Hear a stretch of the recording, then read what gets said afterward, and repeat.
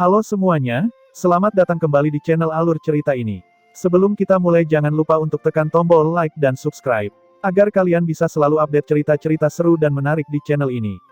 Mari kita game on. Bab 1231. Salam Tuan Muda. Ketika binatang raksasa misterius itu muncul, banyak anggota klan monyet emas yang hadir membungkuk dengan penuh hormat. Bahkan kedua tetua, Jin Jin dan Jin Jie memberikan anggukan samar dengan wajah serius, menunjukkan rasa hormat mereka.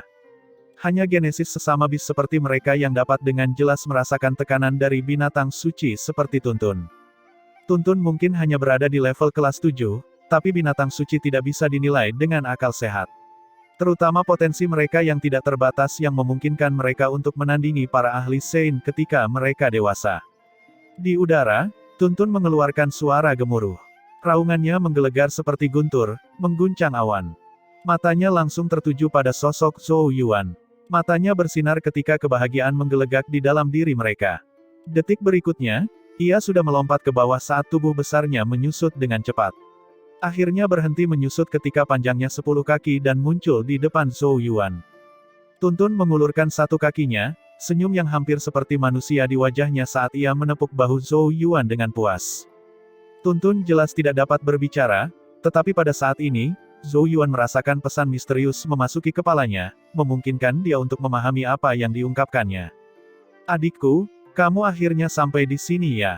Ekspresi Zhou Yuan langsung menjadi gelap.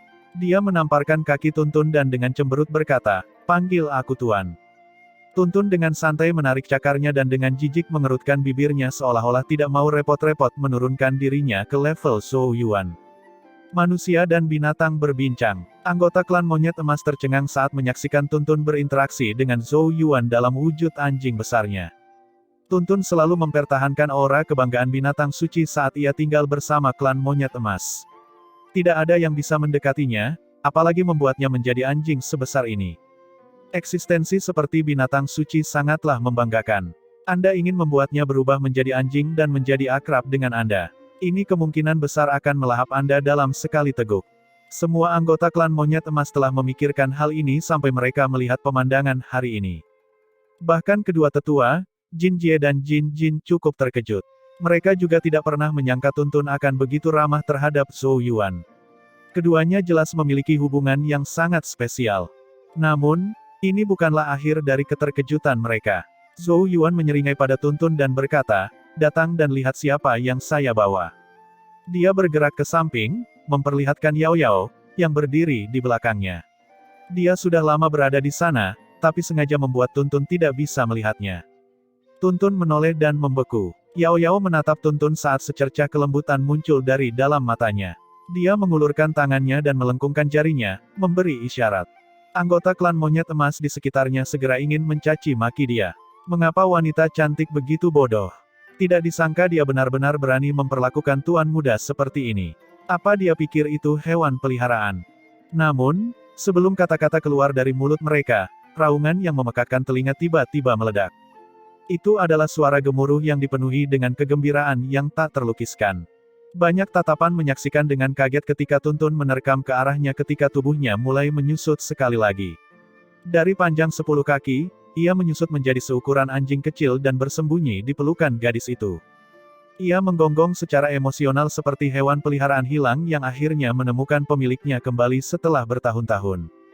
Lingkungan sekitar menjadi sunyi. Bahkan Jin Linger tercengang saat dia menatap. Siapa yang bisa membayangkan bahwa anjing kecil lucu di pelukan gadis itu akan menjadi tuan muda yang biasanya bermartabat dan mengesankan. Itu adalah binatang suci alfa. Eksistensi yang bisa menandingi ahli Sein di masa depan. Siapa di dunia ini yang berani memperlakukannya sebagai hewan peliharaan? Siapa gadis yang dibawa Zhou Yuan ini? Meskipun pertarungan Zhou Yuan dengan Tuntun telah mengejutkan mereka secara substansial, mereka sekarang menyadari betapa sepelenya hal itu dibandingkan. Anggota klan monyet emas tidak bisa berkata-kata. Ada ketakutan yang nyata di mata mereka ketika mereka melihat gadis yang sangat cantik itu lagi. Bagi mereka, dia sekarang memberikan perasaan misterius dan tak terduga. Tidak ada seorang pun di sini yang bodoh. Meskipun pemandangan di depan mata mereka sungguh tak terbayangkan, setidaknya mereka memiliki sedikit akal sehat. Orang biasa sama sekali tidak punya hak untuk memperlakukan binatang suci alfa dengan cara seperti ini. Wajah penatua Jin Jin dan Jin Jie berubah menjadi sangat suram. Mereka telah memperhatikan Yao Yao sebelumnya tetapi tidak terlalu memperhatikannya. Baru sekarang mereka akhirnya menyadari tekanan samar yang keluar dari tubuhnya. Hati mereka gemetar melihat pengamatan ini. Gadis itu tampaknya bukan seorang Sein. Terlebih lagi, mustahil bagi seorang Sein untuk tiba-tiba muncul entah dari mana. Namun jika dia bukan seorang Sein, mengapa mereka merasa begitu bingung saat melihatnya?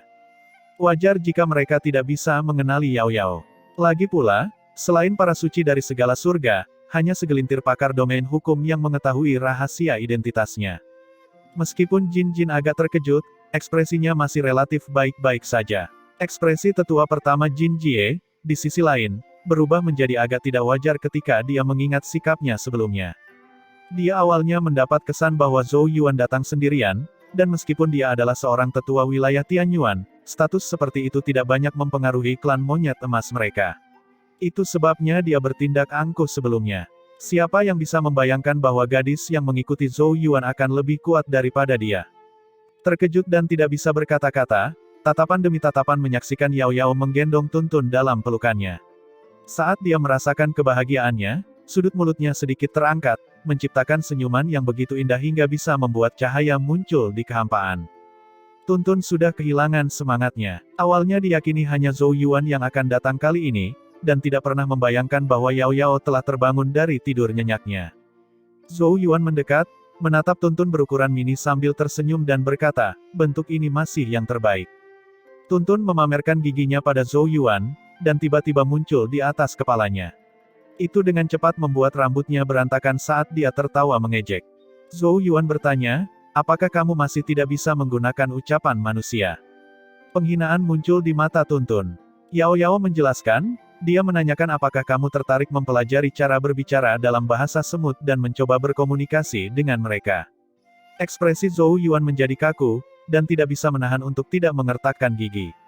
Setan kecil ini sama kejinya seperti biasanya.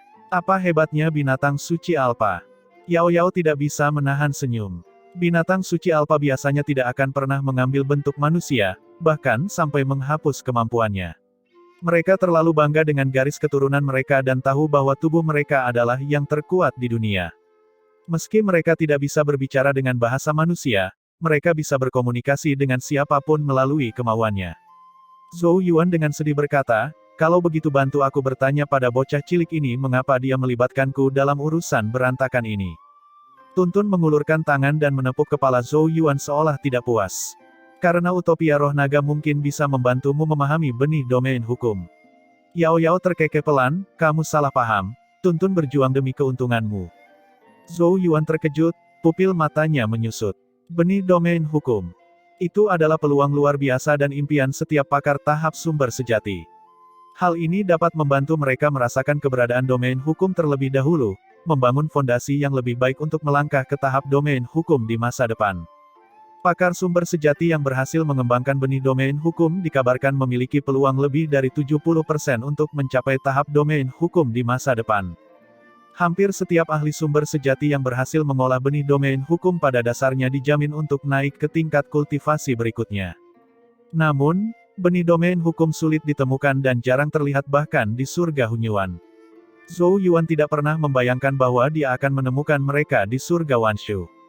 Sudut mulut Zhou Yuan terbuka lebar. Dia meraih Tuntun dan memeluknya erat sambil menunjukkan senyuman paling lembut. Jangan khawatir, aku akan melindungi Tuntun yang terbaik di dunia. Saat Zhou Yuan, Yao Yao, dan Tuntun berada di dunia mereka sendiri, suasana aneh dan tatapan aneh banyak anggota klan monyet emas di sekitarnya, yang jelas terasa dengan pemandangan ini. Jin Ya, gadis yang sebelumnya menghalangi Zhou Yuan, menyaksikan dengan ekspresi pucat pasi. Matanya dipenuhi rasa tidak percaya. Rahangnya mengatup erat, dia tidak bisa menahan diri untuk tidak berada di dekatnya, bagaimana ini bisa terjadi? Tuan muda adalah binatang suci alpa, kenapa harus, kata dia terpotong oleh memunculkan tajam-tajam dari tetua pertama Jin Jie. Jin Ya hanya bisa menutup mulut dengan mengumpat. Pria berambut emas, Jin Lan, juga memperhatikan. Namun, dia jelas jauh lebih cerdik daripada Jin Ya dan karenanya tidak mengungkapkan perasaannya. Dia berkata kepada Jin Ya dengan suara rendah, pemikiran tuan muda sangat murni dan mungkin telah tertipu saat masih muda. Ketika sudah matang di masa depan, kebanggaan binatang suci alfa kemungkinan besar tidak akan membiarkan pemandangan seperti itu muncul lagi. Ketika saatnya tiba, keduanya akan menderita. Jin Ye mengangguk setuju. Benar sekali, keduanya pasti mendapatkan kepercayaan Tuan Muda melalui cara-cara tercela di masa lalu. Namun, apakah mereka benar-benar mengira binatang suci alfa bisa dijinakkan? Ketika dia membayangkan reaksi di masa depan, Jin Ye tidak bisa menahan tawa dingin. Sementara kedua bersaudara itu berbicara dengan suara pelan, tetua kedua Jin sudah berjalan mendekat, ekspresinya jelas lebih sopan dari sebelumnya saat dia tersenyum dan berkata, "Saya tidak menyangka Tuan leluhur Tao Tie begitu dekat dengan kalian berdua. Ini adalah pemandangan yang sangat langka." Tetua pertama Jin Jie juga berjalan mendekat dan menangkupkan tinjunya ke arah Yao Yao. "Saya masih belum tahu nama orang terhormat ini. Klan monyet emasku gagal mengenali klan hebat sepertimu." Yao Yao hanya melirik Jin sambil mengabaikan Jin Jie sepenuhnya. Dia dengan acuh tak acuh berkata, "Di mana pemimpin klanmu?" Jin dan Jin Jie terkejut. Apakah dia merasa mereka tidak layak berkomunikasi dengannya? Alis tetua pertama Jin Jie berkerut. "Pemimpin klan kami telah berkultivasi terpencil selama bertahun-tahun, meninggalkan kami dua tetua untuk mengatur urusan klan. Jika ada yang ingin Anda katakan, silakan beritahu kami." Meski dia tidak bisa mengukur kedalaman Yao Yao, Jin Jie tidak merasakan aura Sein darinya. Oleh karena itu, dia merasa kata-katanya cukup arogan. Pemimpin klan mereka adalah seorang ahli Sein sejati, bagaimana seseorang bisa meminta kehadirannya dengan mudah? Namun, Yao Yao mengabaikannya dan tiba-tiba berkata, "Tidak perlu, dia ada di sini." Jin Jie dan Jin tercengang. Sebelum mereka dapat mengatakan apapun, ekspresi mereka menggigil ketika mereka melihat ruang di depan mereka perlahan mulai melengkung dan sesosok tubuh keluar. Sosoknya tidak tinggi, dan malah tampak agak pendek dibandingkan dengan anggota klan monyet emas lainnya. Dia berpenampilan seorang pemuda, dengan kulit putih dan kepala penuh rambut emas yang tampak bersinar seperti matahari. Ketika dia muncul, wilayah leluhur klan monyet emas berdengung dalam resonansi. Pegunungan terangkat saat ribuan binatang mengaum seolah menyambutnya. Jin Jie dan Jin tercengang. Pemuda berambut emas adalah pemimpin klan mereka, yang telah berkultivasi terpencil selama bertahun-tahun, Jin Yang Huang. Dia benar-benar muncul. Kedua tetua itu buru-buru membungkuk dan menyapa, "Selamat datang pemimpin klan." Tindakan mereka menimbulkan ekspresi kaget dari anggota klan monyet emas di sekitarnya. Mereka juga tidak menyangka pemimpin klan yang biasanya tidak pernah mereka lihat akan muncul. Apa karena gadis misterius itu? Mata Jin Ye berubah menjadi agak ketakutan, tidak lagi berani memikirkan apapun sebelumnya. Di sampingnya, Jin Lan juga terdiam saat jantungnya berdebar kencang di dadanya. Pada saat ini, bahkan orang paling bodoh pun akan mengerti betapa menakutkannya gadis misterius ini. Lagi pula, tidak ada seorang pun yang pernah disambut secara pribadi oleh pemimpin klan mereka selama beberapa ratus tahun. "Selamat datang, pemimpin klan." Banyak anggota klan monyet emas membungkuk hormat. Menanggapi sapaan semua orang, pemuda berambut emas itu melambaikan tangannya. Pandangannya tertuju pada Yao Yao sejak awal. Segera setelah itu, dia menunjukkan senyuman yang pantas dan berkata, "Kehadiran Anda membawa pencerahan bagi klan monyet emas kami yang sederhana." Sebagai salah satu Sein surgawi, Jin Yang Huang juga merupakan bagian dari kuil Omega dan secara alami mengetahui identitas asli Yao Yao. Namun, sebagai ahli Sein yang dihormati, dia tidak bersikap sombong atau merendahkan bahkan di hadapan dewa ketiga di dunia. Yao Yao menatap pemuda berambut emas itu dan mengangguk pelan. "Saya harus berterima kasih kepada klan monyet emas yang telah merawat Tuntun selama bertahun-tahun. Pasti merepotkan." Tatapan Jin Yang Huang beralih ke Tuntun, yang masih berada di atas kepala Zhou Yuan, dan tersenyum. "Leluhur Tao Tie memiliki hubungan dengan klan monyet emas kami di zaman kuno. Selain itu, penguasa tertinggi Chang Yuan lah yang menyerahkannya kepada kami. Tentu saja tidak ada masalah untuk dibicarakan." Pemimpin klan memperlakukan Tuntun dengan setara. Bagaimanapun juga, meskipun Tuntun saat ini berada pada tahap-tahap sumber sejati, ia pasti akan menjadi ahli Sein ketika sudah dewasa. Pada saat itu, kekuatan sebenarnya kemungkinan besar akan melampaui kekuatannya. Sejujurnya, dia punya motifnya sendiri untuk membantu Chang Yuan merawat Tuntun, dan berharap bisa menjalin hubungan dengan binatang suci alfa. Tatapan Jin Yang Huang beralih ke bawah, berhenti di wajah Zhou Yuan. "Saya yakin pemuda ini adalah Zhou Yuan." "Hehehe, Anda telah memenangkan banyak manfaat surgawi dalam pertempuran untuk surga Guyuan. Di hadapan seorang ahli Sein, ekspresi Zhou Yuan penuh hormat saat dia menjawab, itu adalah buah dari upaya gabungan kami, saya tidak memainkan peran sebesar itu. Jin Yang Huang terkekeh dan tidak berbicara lebih jauh tentang topik tersebut. Tatapannya beralih kembali ke Yao Yao. Saya tahu mengapa Anda datang. Utopia roh naga adalah kesempatan unik di surga Wanshu saya, dan benih domain hukum bukanlah objek biasa. Siapapun yang berhasil mendapatkannya pada dasarnya telah membuka separuh jalan menuju tahap domain hukum. Para ahli domain hukum berdiri di puncak dunia ini dan berada di urutan kedua setelah para ahli Sein. Seorang ahli domain hukum baru akan meningkatkan kekuatan faksi manapun. Menghadapi manfaat seperti itu, bahkan klan besar seperti klan monyet emas pun akan sulit untuk meninggalkannya. Meskipun leluhur Tao Tie yang terhormat berpartisipasi sebagai perwakilan klan monyet emas, ia telah membayar darah esensi binatang suci dan tidak mengambil keuntungan dari kita. Oleh karena itu, ia berhak memutuskan mitranya sendiri. Saat Jin Yang Huang berbicara, anggota klan monyet emas di sekitarnya tetap diam. Hanya tatapan Jin Lan yang berkedip samar saat dia melangkah maju. Pemimpin klan, Tuan Muda pasti mempunyai hak untuk memilih pasangannya, tapi utopia roh naga juga memiliki berkah yang dibutuhkannya. Saya melakukan yang terbaik untuk menjadi pendamping Tuan Muda bukan untuk keuntungan saya sendiri, tetapi karena saya ingin membantu Tuan Muda mencapai tujuannya. Saya pernah mendengar tentang reputasi tetua Zhou Yuan dan pencapaiannya yang luar biasa dalam pertempuran memperebutkan surga Guyuan. Namun, saya harus menunjukkan bahwa dia baru saja maju ke tahap sumber sejati dan terlalu berisiko untuk memasuki utopia roh naga dengan kekuatan seperti itu. Karena itu, aku merasa lebih cocok menjadi partner Tuan Muda. Suara Jin Lan tenang dan sungguh-sungguh. Dia tidak menunjukkan rasa takut bahkan di hadapan pemimpin klan monyet emas yang maha kuasa. Sebaliknya, tatapannya penuh tekad dan keyakinan. Hal ini membuat banyak anggota klan monyet emas memujinya dalam hati. Klan binatang iblis sangat menyetujui keberanian tersebut. Beberapa anggota klan memandang Zhou Yuan dengan aneh. Meskipun dia akrab dengan Tuan Muda, dia harus menggunakan hubungan mereka untuk menghalangi Tuan Muda. Tetua pertama Jin Jie buru-buru melangkah maju. Pemimpin klan, Jin Lan masih muda dan mungkin sedikit gegabah. Saya harap Anda tidak menyalahkan dia karena melampaui batasnya. Meski dia berkata begitu, ada sedikit kepuasan di matanya. Ini adalah langkah brilian dari Jin Lan. Melangkah maju melawan tekanan pada saat seperti itu tidak diragukan lagi akan menempatkan sisi kebajikan dalam dirinya. Sebaliknya, Zhou Yuan sekarang akan tampak seperti orang rendahan yang mencoba menarik perhatian. Tatapan Jin Yang Huang berhenti pada Jin Lan sambil tersenyum kecil. Oh, itu si kecil Jin Lan. Kamu telah menumbuhkan keberanian selama bertahun-tahun sejak terakhir kali aku melihatmu. Seperti yang diharapkan dari pakar sumber sejati nomor 1 di klan kita. Tidak ada celaan dalam kata-katanya, melainkan kekaguman. Tatapan Jin Yang Huang beralih ke Yao Yao. Utopia roh naga akan menjadi kesempatan langka bagi Tuan leluhur Tao Tie untuk mengembangkan kultivasinya. Bukankah kita harus mendiskusikan masalah sepenting ini dengan baik?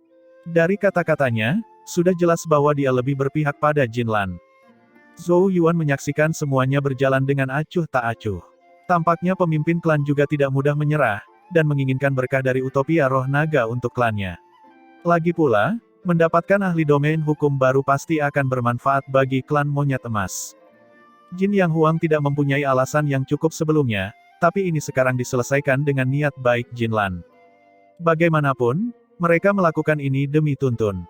Tatapannya samar-samar berkedip saat dia perlahan berbicara, pemimpin klan Jin, meskipun belum lama sejak aku maju ke tahap sumber sejati, jika waktu adalah yang terpenting, apakah perlu bertarung melawan Jiatu dari ras suci di surga Guyuan? Sebelum Jin Yang Huang dapat berbicara, Jin Lan dengan acuh tak acuh berkata, itu dulu dan tidak boleh disamakan dengan sekarang. Jika tetua Zhou Yuan begitu percaya diri, cahaya tajam dan ganas berputar di matanya saat dia berhenti. Pada akhirnya, dia mengucapkan kata-kata yang muncul jauh di dalam hatinya, bagaimana kalau kita berduel dan melihat. Banyak anggota klan monyet emas tiba-tiba tersentak mendengar suara tenang Jin Lan. Bahkan sejuta kata dan argumen pun tidak akan menjamin seperti sebuah pertarungan. Hanya dengan menunjukkan nilai seseorang barulah seseorang benar-benar mampu menjamin masa. Di belakang Jin Lan, mata Jin Ya berbinar saat keyakinan muncul di hatinya. Matanya penuh kebanggaan, karena dia tahu betapa kuatnya kakak laki-lakinya. Jinlan adalah peringkat teratas bahkan di antara semua pakar tahap sumber sejati di surga Wanshu. Meskipun Zhou Yuan bukanlah individu yang sederhana, terlalu sedikit waktu yang berlalu sejak dia melangkah ke tahap-tahap sumber sejati. Dia hanya berada di tahap-tahap sumber sejati tingkat lanjut, jadi bagaimana dia bisa menjadi tandingan Jinlan dalam pertarungan sesungguhnya. Begitu dia kalah dari Jinlan, Tuan Muda seharusnya bisa melihat seberapa besar beban Zhou Yuan dalam utopia roh naga. Utopia roh naga dipenuhi dengan bahaya dan banyak pertarungan menunggu setiap peserta. Meskipun Tuan Muda adalah binatang suci alfa dengan kekuatan bertarung yang luar biasa, ia bukanlah satu-satunya yang memiliki garis keturunan binatang suci di surga Wanshu. Tentu saja, Tuan Muda adalah binatang suci dengan peringkat lebih tinggi. Namun, pemegang garis keturunan binatang suci lainnya masih menjadi ancaman baginya. Bagaimanapun juga, Tuan Muda belum sepenuhnya dewasa. Oleh karena itu mengapa Tuan Muda sangat membutuhkan penolong yang kuat dan bukan beban yang hanya ada untuk mengambil keuntungan. Banyak tatapan tertuju pada Zhou Yuan, menunggu jawabannya. Jin Linger juga memandang Zhou Yuan dengan cemas. Jinlan jelas tidak mudah menyerah. Hanya diperlukan sedikit bicara untuk memaksa Zhou Yuan ke dalam situasi yang canggung ini. Jika Zhou Yuan menolak duel tersebut, anggota klan lainnya pasti akan menertawakannya bahkan jika pemimpin klan mencoba menekannya. Ketika itu terjadi, itu bukan pemandangan yang indah. Tapi menerima duel juga bukan pilihan yang baik. Lagi pula, baru sekitar setengah tahun sejak Zhou Yuan maju ke tahap-tahap sumber sejati. Jinlan menatap Zhou Yuan, yang belum menjawab, dan berkata dengan sikap yang tampak tulus, "Tetua Zhou Yuan, meskipun sepertinya saya menindas Anda, saya harap Anda dapat memahami bahwa saya melakukan ini, untuk Tuan Muda." Zhou Yuan tentu menyadari tatapan di sekitarnya dan tidak bisa menahan tawa melihat banyak trik Jinlan. Jinlan memang licik. Dia jelas-jelas menginginkan keuntungan dari mengikuti Tuntun, tapi entah bagaimana mengubahnya menjadi alasan yang benar. Benar-benar tidak ada cara untuk membantah. Sambil tersenyum, dia menepuk Tuntun yang masih di atas kepalanya, dan bertanya, "Bagaimana menurutmu?" Tuntun menguap malas. Itu tidak menimbulkan suara apapun, tetapi Zhou Yuan bisa merasakan sebuah pesan memasuki otaknya, mengembun menjadi barisan kata-kata yang agak besar. "Kalahkan dia, dan lakukan dengan indah." Zhou Yuan menerima pesan itu. Dia memandang Jinlan yang tampak sungguh-sungguh dan tersenyum. "Sepertinya kamu sangat percaya diri. Baiklah, karena kamu sudah mengajukan keinginanmu, Tuntun akan malu jika aku melarikan diri." Zhou Yuan perlahan berjalan ke depan dan berkata, "Namun, ini adalah tanah klan monyet emas, dan tidak cocok untuk pertempuran. Bagaimana dengan ini, jika kamu berhasil menerima seranganku, aku akan cuci tangan dari urusan utopia roh naga ini. Bagaimana menurutmu?" Kata-katanya langsung menimbulkan keributan dari lingkungan sekitar. Tatapan kaget demi tatapan menatap Zhou Yuan. Apakah dia gila? Apakah dia mencoba mengatakan bahwa dia mampu membuat Jinlan tunduk dengan satu gerakan? Lelucon yang luar biasa. Meskipun surga Wanshu tidak memiliki banyak daftar seperti surga Hunyuan, kekuatan Jinlan benar-benar berada pada level tertinggi. Sebagai perbandingan, Zhou Yuan hanya berada pada tahap-tahap sumber sejati tingkat lanjut. Seseorang dengan kultivasi seperti itu sejujurnya bahkan tidak memiliki kualifikasi untuk menantang Jinlan. Jin Ya menggertakkan giginya dan dengan dingin berkata, dia mencari penghinaannya sendiri. Di dekatnya, beberapa anggota klan monyet emas, yang merupakan bagian dari faksi tetua pertama, juga tersenyum mengejek sambil mengangguk setuju. Jinlan juga sedikit terkejut. Namun, dia tidak menunjukkan kemarahan apapun. Dia menatap Zhou Yuan dalam-dalam dan berkata, "Tetua Zhou Yuan, apakah kamu tidak takut rasa percaya diri yang berlebihan akan menggigitmu dari belakang?" Sejujurnya, dia tidak meremehkan Zhou Yuan. Sekalipun ia hanya seorang ahli tahap sumber sejati tingkat lanjut, pencapaian pertempurannya di surga Guyuan sungguh spektakuler. Dia berani menantang para ahli terkuat dari ras suci dan akhirnya menang. Taktik dan keberanian seperti itu sungguh menakjubkan. Jika Zhou Yuan berada pada tahap-tahap sumber sejati yang sempurna, Jinlan mungkin akan memaksa dirinya untuk menarik ambisinya. Sayangnya, Zhou Yuan hanya berada pada tahap-tahap sumber sejati tingkat lanjut. Mata gelap Jinlan tampak berputar-putar saat dia dengan acuh tak acuh berkata, "Kalau begitu, tolong santai saja. Karena Anda mencari penghinaan, jangan salahkan saya atas apa yang terjadi." Saat suaranya terdengar, sosoknya telah menghilang dari tempatnya dan muncul di langit. Genesis Ki yang besar tiba-tiba meledak dari tubuhnya saat raungan yang menakjubkan mengguncang awan. Seekor binatang emas raksasa setinggi 1000 kaki muncul di udara, berdenyut dengan kebiadaban yang luar biasa. Makhluk raksasa itu mengenakan baju besi emas, ekor emasnya yang panjang merobek jalinan ruang saat ia melayang di udara. Jinlan telah mengeluarkan tubuh aslinya, dan jelas tidak berniat memberi kesempatan pada Zhou Yuan. Seringai muncul di wajah banyak anggota klan monyet emas. Jin Linger tidak bisa menahan diri untuk tidak berkata, "Zhou Yuan." Binatang iblis seperti mereka memiliki tubuh yang kuat, dan terkuat dalam bentuk aslinya. Dia benar-benar tidak bisa membayangkan bagaimana Zhou Yuan bisa menaklukkan Jin Lan dengan satu gerakan. Zhou Yuan tersenyum padanya. Kata-katanya mungkin terdengar arogan, tetapi ada banyak anggota klan monyet emas yang sangat meragukannya. Meskipun dia tidak peduli dengan apa yang mereka pikirkan, Tuntun pada akhirnya meminjam nama klan monyet emas untuk berpartisipasi dalam utopia roh naga. Oleh karena itu, dia perlu melakukan sesuatu yang akan menghilangkan semua keraguan mereka. Ini adalah satu-satunya cara untuk meredam perbedaan pendapat mereka. Adapun bagaimana caranya, metode apa yang lebih baik selain menghancurkan ahli sumber sejati terkuat mereka tanpa ampun. Jika itu terjadi sebelum pelatihan khusus Yao Yao, dia tidak akan memiliki kepercayaan diri untuk membuat klaim seperti itu. Bagaimanapun, Jin Lan tidak mudah menyerah dan menurut perkiraan Zhou Yuan, kekuatan Jin Lan sangat dekat dengan Lu Tai, yang pernah dia lawan sebelumnya. Sayangnya bagi Jin Lan, setelah sebulan pelatihan khusus Yao Yao, kekuatan pertempuran Zhou Yuan telah melonjak ke tingkat yang benar-benar baru. Di bawah banyak tatapan, sosok Zhou Yuan juga naik ke udara, akhirnya berhenti di depan binatang emas raksasa itu. Dibandingkan makhluk raksasa itu, Zhou Yuan tampak seperti semut. Zhou Yuan, tunjukkan padaku kemampuan apa yang kamu miliki untuk membuat klaim seperti itu. Suara binatang emas itu menggelegar seperti guntur. Setelah mengambil wujud aslinya, Jin Lan mulai terpengaruh oleh sifat buas klan monyet emas, matanya yang menakutkan menatap Zhou Yuan. Cahaya keemasan tanpa batas melonjak saat tekanan Genesis Ki yang besar menyebar. Undulasi Genesis Ki telah mencapai 100 miliar. Zhou Yuan tidak memperhatikan raungan Jin Lan yang menggelegar. Sebaliknya, dia perlahan menutup matanya. Platinum Genesis Ki melonjak dari atas kepalanya, seolah mewarnai seluruh cakrawala dengan cahaya platinum. Platinum Genesis Ki berubah menjadi lautan platinum saat auman naga kuno bergema. Siluet naga raksasa tampak muncul ke permukaan laut. Zhou Yuan perlahan mengangkat tangannya saat Platinum Genesis Ki melonjak. Beberapa saat kemudian, terdengar suara aneh. Sepertinya ada semacam gelombang suara yang membuat Genesis Ki di sekitarnya mendidih. Laut di atas kepalanya berangsur-angsur surut dan sebuah benda perlahan turun. Tatapan yang tak terhitung jumlahnya menoleh dan menemukan bel platinum raksasa. Siluet naga misterius melingkari lonceng raksasa. Genesis runes kuno dan samar yang tak terhitung jumlahnya telah diukir di dalamnya. Zhou Yuan mengangkat bel dan mengarahkan mulutnya ke Jin Lan seolah-olah dia sedang memegang meriam. Sudut mulutnya perlahan terangkat. Alasan mengapa dia membuat saran sebelumnya adalah karena langkah ini membutuhkan waktu lama untuk dipersiapkan. Tuan target, apakah kamu siap? Zhou Yuan terkekeh pelan saat cahaya menakutkan menyatu menuju mulut hitam bel. Gelombang suara yang menakutkan tiba-tiba terdengar. Lonceng emas naga langit, itu adalah suara yang paling keras dan terindah. Semua sisik Jin Lan tiba-tiba berdiri. Dia bisa merasakan kematian membanjiri dirinya seperti air pasang.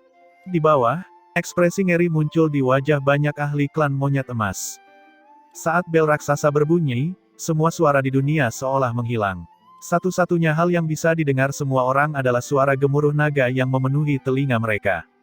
Meskipun bel ditujukan ke Jin Lan, banyak anggota klan monyet emas di bawah ini terlihat kesakitan di wajah mereka.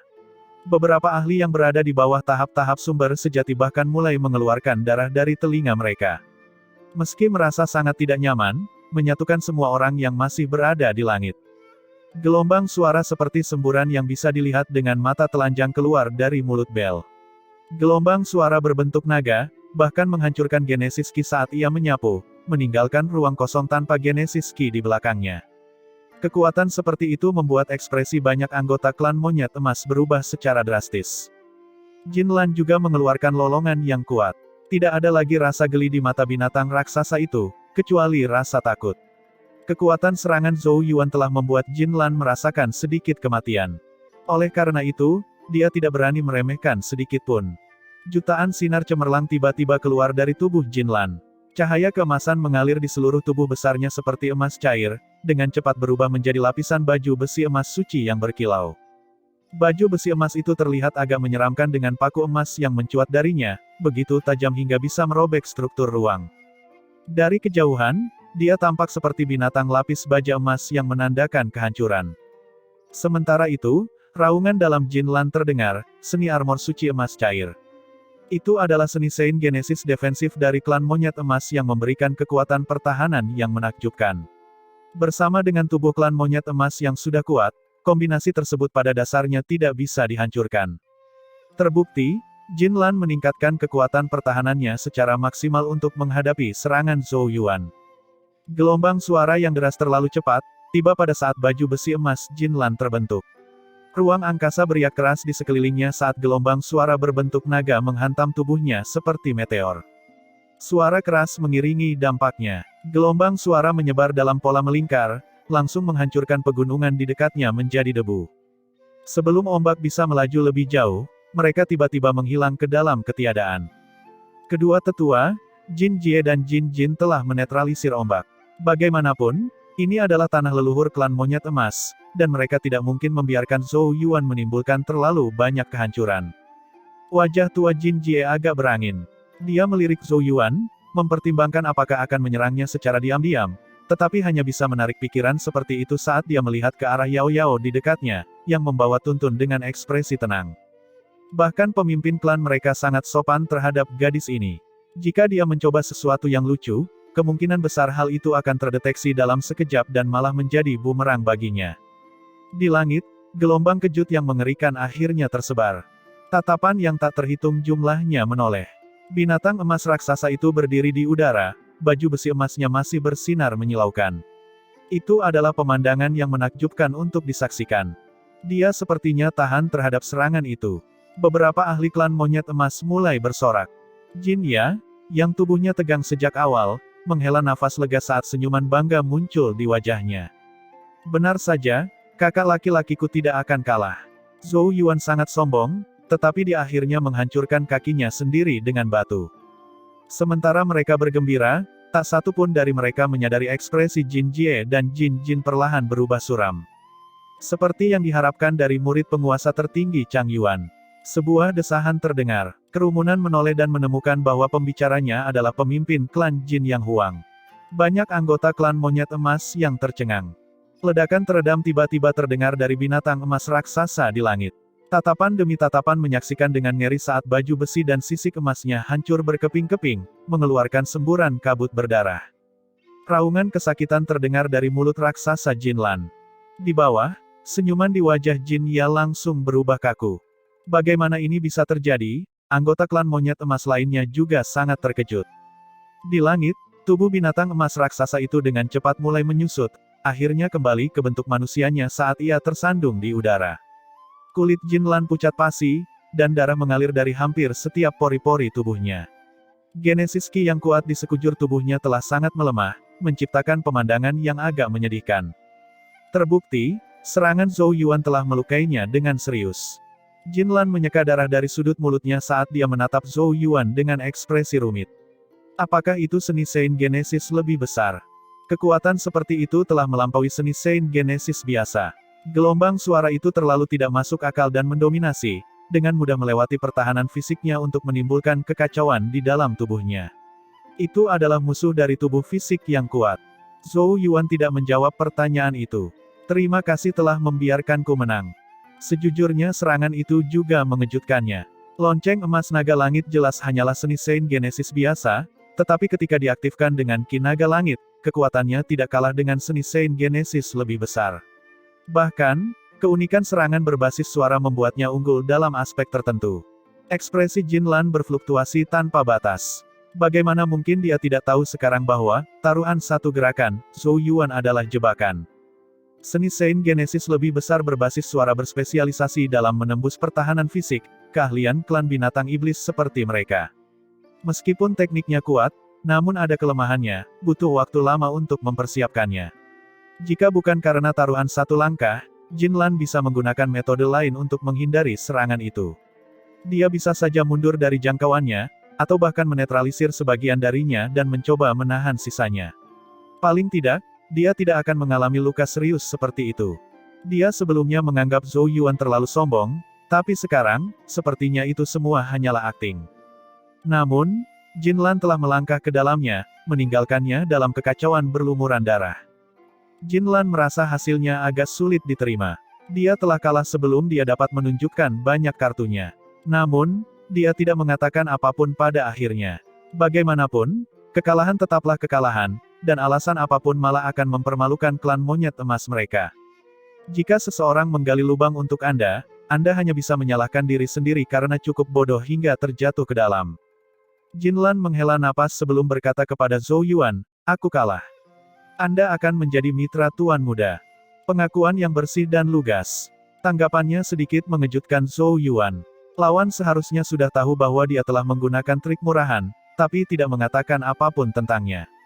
Tampaknya ahli sumber sejati klan monyet emas nomor 1 memiliki harga dirinya sendiri. Jinlan dengan tenang berkata, "Namun, kamu harus tahu bahwa kemenanganmu sebagian karena kamu memanfaatkan trik tertentu. Selain itu, taruhan satu gerakan,mu tidak akan berguna dalam utopia roh naga karena tidak ada pakar puncak surga Wanshu lainnya yang akan menyetujui aturan tersebut. Oleh karena itu, jika kamu benar-benar ingin mendukung Tuan Muda dan tidak meremehkannya, sebaiknya kamu lebih memperhatikan utopia roh naga." Zhou Yuan terkekeh. Meskipun kata-kata Jinlan menunjukkan bahwa dia masih tidak yakin akan kekalahannya, itu juga merupakan pengingat bagi Zhou Yuan. Terlebih lagi, dia tahu bahwa Jinlan cukup menghormati Tuntun. Dia melambaikan tangannya dan tidak mengatakan apapun sebagai tanggapan. Sejujurnya, tidak akan sulit mengalahkan Jinlan bahkan tanpa taktik seperti itu. Namun, dia merasa tidak perlu melakukannya karena ini bukan pertarungan hidup atau mati dan dia tidak perlu mengungkapkan semua kartunya. Kedua individu itu turun dari langit. Anggota klan monyet emas memasang ekspresi rumit. Lagi pula, tidak satupun dari mereka mengharapkan hasil ini. Namun, tidak ada yang menatap marah ke arah Zhou Yuan. Bahkan Jin Ye hanya bisa mengertakkan gigi dan menerima hasilnya. Di surga Wanshu, kekuatan adalah segalanya. Dengan kekuatan yang ditunjukkan Zhou Yuan, tidak ada yang berani memperlakukannya sebagai ahli sumber sejati tingkat lanjut. Selain itu, dia telah membuktikan bahwa dia memiliki kualifikasi untuk menjadi mitra Tuan Muda, dan tidak mendapatkan tempat itu dengan cara apapun. Mata Jinlinger hampir keluar dari rongganya saat dia menatap Zhou Yuan dengan tidak percaya. Dia masih tidak percaya bahwa dia telah menang atas Jinlan. Sejujurnya para ahli tahap sumber sejati awal seperti mereka adalah eksistensi terendah di tahap-tahap sumber sejati. Namun, Zhou Yuan adalah orang asing. Mereka telah memasuki tahap-tahap sumber sejati pada saat yang sama, namun dia sudah mulai berdiri bahu-membahu dengan ahli puncak tahap sumber sejati. Menghadapi kelainan seperti itu, Jinlinger hanya bisa menyebutnya monster di dalam. Tidak mengherankan jika Tuan Muda memanggilnya secara khusus. Sosok Tuntun muncul di kepala Zhou Yuan dan menepuknya dengan cakarnya. Cantik, sebuah kata muncul di kepala Zhou Yuan, dengan nakal memantul. Pada akhirnya, kata itu berubah menjadi wajah Tuntun yang tersenyum. Itu pada dasarnya adalah sebuah emotikon. Karena teman muda kami Zhou Yuan menang, kami akan mempercayakan Tuan Leluhur Tao Tie kepada Anda. Jin Yang Huang tertawa terbahak-bahak. Meskipun dia merasa agak menyesal karena Jinlan kalah, para ahli di levelnya tidak terlalu peduli dengan hasilnya. Seharusnya ada waktu setengah bulan sampai utopia roh naga terbuka. Kami mengundang Anda berdua untuk tetap berada di klan sampai utopia dibuka. Saya juga akan meminta seseorang untuk mengirimkan semua informasi yang kami miliki tentang utopia roh naga. Jin Yang Huang menunjukkan kemurahan hatinya dan tidak mempersulitnya. Tentu saja, Zhou Yuan mengerti bahwa pemimpin klan begitu ramah karena Yao Yao. Statusnya sebagai murid Chang Yuan jelas tidak cukup untuk menunjukkan kesopanan seperti itu. Faktanya, dia kemungkinan besar tidak memiliki kesempatan untuk melihat sekilas pemimpin klan. Dia hanya bisa menghela nafas dalam hati. Istriku terlalu luar biasa. Utopia roh naga adalah dunia yang diubah dari gumpalan sisa roh leluhur naga, tetapi hal yang paling misterius adalah alam semesta Genesis Ki. Dalam utopia roh naga memiliki efek pemurnian yang sangat besar pada daging dan darah seseorang. Dengan kata lain, ini adalah tanah kultivasi suci bagi binatang buas Genesis. Selain itu, ada objek terkenal dalam utopia roh naga yang disebut buah roh leluhur, yang lahir dari kombinasi sisa roh naga leluhur dan alam semesta Genesis Ki, dan dapat sangat memperkuat jiwa seseorang. Tetapi yang paling penting adalah gunung yang disebut Gunung Roh Leluhur di kedalaman utopia roh naga. Gunung itu luar biasa misterius dan sepertinya memiliki kecerdasan spiritual. Ada platform binatang purba yang terbagi menjadi beberapa tingkat yang dibangun di Gunung Roh Leluhur dan orang yang dapat mencapai puncak platform pertempuran dan mempertahankannya akan menerima hadiah Gunung Roh Leluhur, yang merupakan peluang besar. Yao Yao dengan lembut menjelaskan asal-usulnya di depan sebuah bangunan bambu terpencil di kedalaman gunung hijau pinggiran hutan. Zhou Yuan dan Tuntun duduk bersila di depannya seperti dua murid baik, meski Tuntun sudah mengetahui asal-usulnya. Yao Yao melirik Tuntun dan berkata, Tuntun membutuhkan hadiah dari Gunung Roh Leluhur, yang akan memungkinkan dia untuk maju lebih jauh dalam sekali pukulan dan mencapai kelas 8 atau bahkan mempersingkat waktu yang dia perlukan untuk mencapai kelas 9. Zhou Yuan tidak bisa menahan diri untuk tidak memukul bibirnya. Kelas 8 setara dengan tahap domain hukum dan kelas 9 adalah tahap Sein. Kupikir binatang suci alpha seharusnya langsung mencapai kelas 8, tapi levelmu hanya sama denganku, goda Zhou Yuan sambil melirik ke arah Tuntun. Tuntun hanya menggeram saat mendengar ejekan Zhou Yuan. Yao Yao menjelaskan, binatang suci alpha tidak dapat diukur dengan menggunakan penalaran konvensional. Kamu perlahan-lahan memupuk kekuatan kamu dengan menyerap alam semesta Genesis Ki, namun kekuatan binatang suci alpha berasal dari garis keturunan mereka. Kekuatan mereka tidak bergantung pada alam semesta Genesis Ki tetapi pada diri mereka sendiri. Artinya Tuntun tidak perlu susah payah berkultivasi selama bertahun-tahun tapi dia hanya membutuhkan kunci untuk membuka garis keturunannya. Begitu dia mendapatkan kuncinya, dia bahkan bisa melonjak menjadi Sein dalam satu lompatan. Mulut Zhou Yuan ternganga, agak kesal. Saat ia berpikir, apa yang disebut binatang suci alfa itu tidak normal karena bagi para kultivator seperti dia, menjadi Sein dalam satu langkah adalah seperti sebuah dongeng. Tuntun mengulurkan cakarnya dan menunjuk ke arah Zhou Yuan sambil tertawa. Zhou Yuan tersenyum dan duduk di sebelah Yao Yao. Dia memegang tangan kecilnya yang lembut dan mengangkat alisnya ke arah Tuntun. Mulut Tuntun bergerak-gerak. Dia mengeluarkan lempengan batu dan menulis sebuah kata besar, cabul. Lalu, dia menulis lagi, bos, abaikan dia. Dan menambahkan gambar dirinya dengan ekspresi menangis. Yao Yao merasa geli sekaligus kesal melihat mereka bermain-main. Tapi dia bisa merasakan sedikit kehangatan memenuhi hatinya. Dia selalu tidak tertarik pada segala hal di dunia dan hanya itu yang bisa membuatnya merasakan emosi hangat mengalir di hatinya. Jadi dia tidak menghentikan keduanya. Dia membiarkan Zhou Yuan memegang tangannya sementara dia mengeluarkan labu giok dengan tangan lainnya dan menyesapnya dengan elegan. Pada saat itulah suara lonceng bergema dari tanah leluhur klan monyet emas. Zhou Yuan sedikit gemetar saat dia berkata, apa yang terjadi? Saat Zhou Yuan bingung, ruangan itu beriak dan sebuah suara menyebar. Yang mulia Yao Yao, teman kecil Zhou Yuan, dan yang mulia Tuan Muda, silakan datang ke paviliun konferensi. Mata Zhou Yuan berbinar karena dia mengenali suara itu milik pemimpin klan Jin Yang Huang. Saat dia menoleh ke arah Yao Yao, yang sedang menyimpan labu giok, dia mendesak, ayo pergi dan lihat. Bagaimanapun, mereka adalah tamu di klan monyet emas dan karenanya harus memberikan wajah kepada pemimpin klan. Saat suara Zhou Yuan memudar, dia menjentikkan lengan bajunya dan seberkas cahaya cemerlang menyelimuti Zhou Yuan dan Tuntun. Ruang di sekitar mereka tiba-tiba berputar dan langsung menyelimuti mereka. Dunia di depan Zhou Yuan berubah menjadi kabur, dan pada saat dia sadar, dia sudah berada di dalam aula yang luas. Aula itu berisik dan penuh sesak dengan banyak kultivator dari klan monyet emas. Duduk di platform yang lebih tinggi di paviliun konferensi, Jin Yang Huang memasang ekspresi serius. Dia segera mengangguk ke arah Yao Yao dan Zhou Yuan saat mereka muncul.